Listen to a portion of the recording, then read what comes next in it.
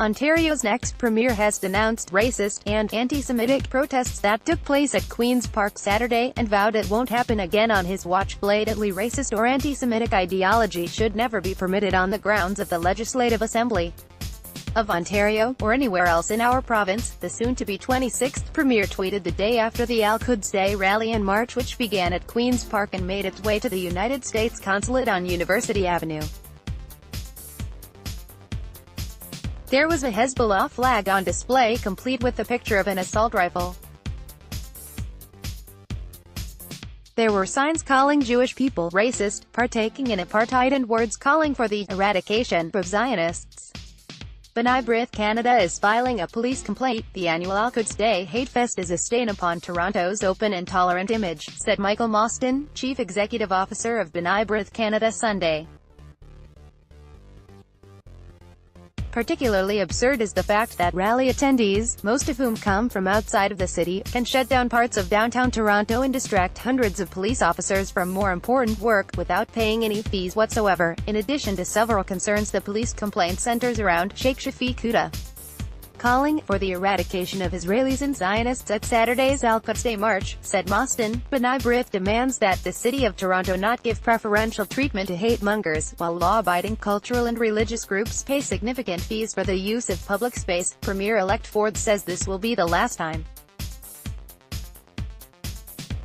Our government will take action to ensure that events like al-Quds Day, which calls for the killing of an entire civilian population in Israel, are no longer part of the landscape in Ontario. Doug Ford, at Ford Nation, June 10, 2018. Our government will take action to ensure that events like al-Quds Day, which calls for the killing of an entire civilian population in Israel, are no longer part of the landscape in Ontario, tweeted Ford. Strong statements from a strong leader in a time when many turn a blind eye and play it safe by falling back on political correctness. Most the 500 protesters, many families and children, were peaceful and law-abiding. However, there was a rowdy element that roughed up a reporter and were carrying offensive signs and shouting hateful chants. There were no arrests reported. More than 100 police were on hand for what was a tense standoff between supporters of the al-Quds march and members of Toronto's Jewish community, including the Canadian chapter of the Jewish Defence League.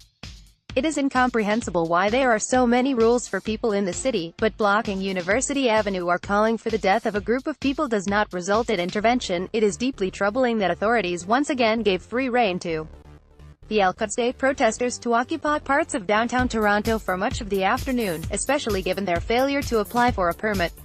Aidan Fishman, National Director for the League for Human Rights of Brith, Canada, to the Toronto Sun. Had they applied, they likely would have been rejected, since their speeches and music are clearly hateful in nature. One of numerous anti-Zionist banners flown during an al-Quds Day rally at Queen's Park in Toronto, ONT. On Saturday, June 9, 2018. Warmington, Toronto Sun. While law-abiding religious and cultural groups pay thousands of dollars for the privilege of staging public events, those who call for Israelis to be shot and wave the flags of terrorist groups get to do so for free. The City of Toronto must address this glaring contradiction, he added. Toronto Police did have its video services unit on site, said Mostyn. Brith demands that the City of Toronto not give preferential treatment to hate-mongers, while law-abiding cultural and religious groups pay significant fees for the use of public space. If Ontario's incoming premier has his way, the days of people opening calling for the death of others is over.